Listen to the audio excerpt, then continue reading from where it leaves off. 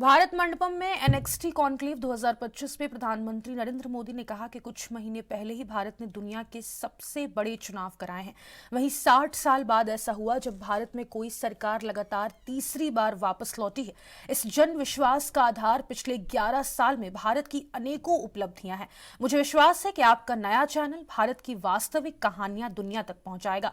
और क्या कुछ कहा प्रधानमंत्री नरेंद्र मोदी ने, आपको सुनाते हैं। मुझे याद है, अगर मैं पहले की समिट और आपकी समिट के संबंध में जो कल से सुन रहा हूं, पहले जो समिट अलग अलग मीडिया हाउस ने की है वो नेता सेंट्रिक रही है। मुझे खुशी है ये नीति सेंट्रिक है।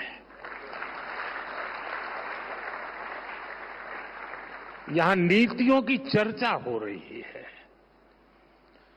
ज्यादातर इवेंट जो हुए हैं वे बीते हुए कल के आधार पर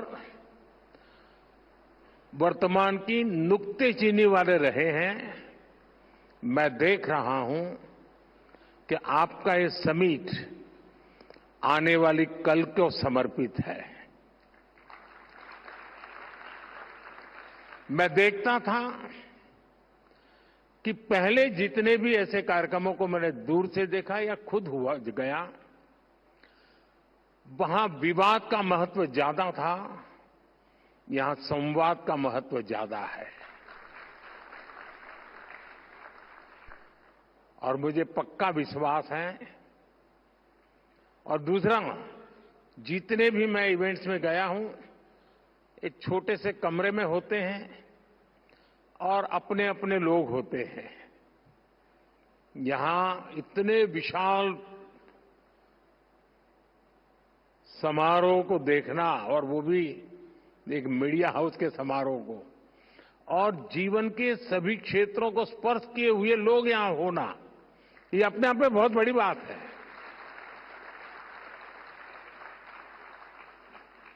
हो सकता है यहां से और मीडिया वालों को कोई मसाला नहीं मिलेगा, लेकिन देश को भरपूर प्रेरणा मिलेगी, क्योंकि यहां हुए हर व्यक्ति के विचार देश को प्रेरणा देने वाले विचार होंगे। उम्मीद है कि इस ट्रेंड को, इस टेम्पलेट को आने वाले दिनों में दूसरे मीडिया हाउस भी अपने तरीके से और इनोवेटिव बना करके कमियां की नजर है। दुनिया भर के लोग भारत आना चाहते हैं, भारत को जानना चाहते हैं। आज भारत दुनिया का वो देश है जहां पॉजिटिव न्यूज लगातार क्रिएट हो रही है। न्यूज मैन्युफैक्चर नहीं करना पड़ रहा है। जहां हर रोज नए रिकॉर्ड बन रहे हैं, कुछ न कुछ नया हो रहा है। अभी 26 फरवरी को ही प्रयागराज में एकता का महाकुंभ संपन्न हुआ है। पूरी दुनिया हैरान है कि कैसे एक अस्थायी शहर में एक टेम्पररी व्यवस्था, नदी के तट पे करोड़ों लोगों का आना, सैकड़ों किलोमीटर की यात्रा करके आना और पवित्र स्नान करके भाव से भर जाना। आज दुनिया भारत की ऑर्गेनाइजिंग और इनोवेटिंग स्किल्स देख रही है। हम सेमीकंडक्टर से लेकर एयरक्राफ्ट कैरियर तक यहीं पर मैन्युफैक्चर कर रहे हैं। दुनिया भारत की इसी सफलता को विस्तार से जान। कुछ महीने पहले ही भारत ने दुनिया के सबसे बड़े चुनाव कराए हैं। 60 साल बाद ऐसा हुआ जब भारत में कोई सरकार लगातार तीसरी बार वापस लौटी।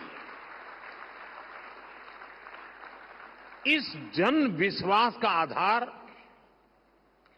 पिछले 11 साल में भारत की अनेकों उपलब्धियां हैं।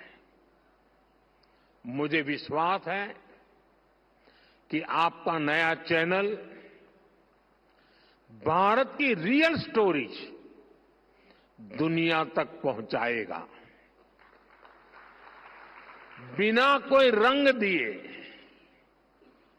आपका ग्लोबल चैनल भारत की वैसी ही तस्वीर दिखाएगा जैसा वो है। हमें मेकअप की जरूरत नहीं है। साथियों, कई साल पहले मैंने vocal for local and local for global का विजन देश के सामने रखा था। आज हम इस विजन को सच्चाई में बदलते हुए देख रहे हैं। आज हमारे यहां आयुष प्रोडक्ट्स और योग लोकल से ग्लोबल हो गए हैं। दुनिया में कहीं पर भी जाइए, कोई न कोई तो योग को जानने वाला मिलेगा ही। मेरे मित्र टोनी यहां बैठे हैं, वो तो रोज के योगा प्रैक्टिशनर है।